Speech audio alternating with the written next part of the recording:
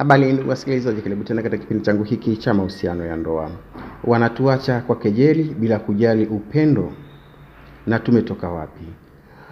Yakiwashinda waliko wanarudi kwetu, wamekusanya mikono na kuinamisha vichwa chini na maneno, haikuwa akili yangu. Hawezi kuwa kama yule wa awali tena katika maisha yako, hata kama atakuwa mtu yule yule.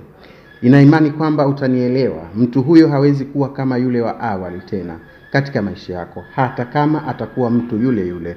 Kwa kuwa mtu yule alikuja kwako kwa mapenzi ya awali, mwanzo mlikuwa mmependana na mlikuwa na maamuzi sahihi. Lakini kumbuka, yule mtu sasa ameondoka na ameamua kurejea tena kwako. Aliuvunja moyo wako vipande vipande. Leo unahitajika kwamba kukabili moyo wako, kurudisha kwake na kuanza kutengeneza moyo ukawe imara juu yenu. Je, unafikiri utakuwa kama mwanzo? Hapana. Mapenzi hayapo hivyo.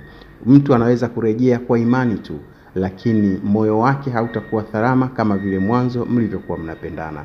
Basi kwa haya machache nataka nishie hapa, ila nawaambia hawezi kuwa kama yule wa awali tena katika maisha yako, hata kama atakuwa mtu ni yule yule aliyekuja kwako hapo awali. Usisahau kusubscribe page yangu ili uendelee kujifunza somo lijalo.